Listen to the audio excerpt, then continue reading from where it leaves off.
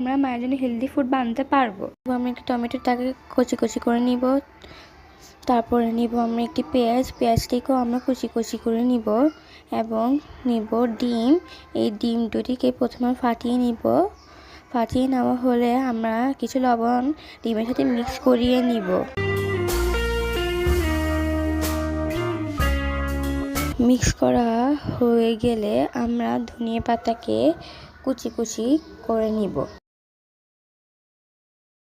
কুচি কুচি করা হলে আমরা একটি প্যানে অয়েল দিয়ে দিব এবং প্যানটিতে অয়েল গরম হলে আমরা আমাদের ডিম দিয়ে দিব।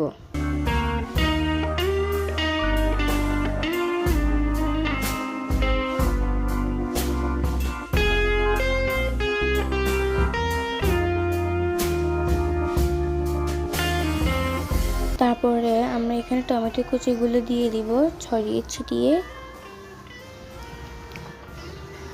তারপরে দিব আমরা পেঁয়াজ কুচি।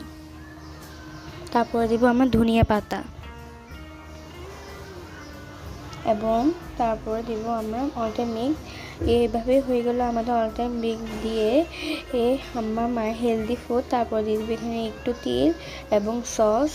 এখন তো হয়ে গেল আমাদের অল টাইম ব্রেড দিয়ে বানানো আমার মায়ের জন্য একটি হেলদি ব্রেকফাস্ট। এখন আমি আমার মাকে এটি খাওয়াই দিব।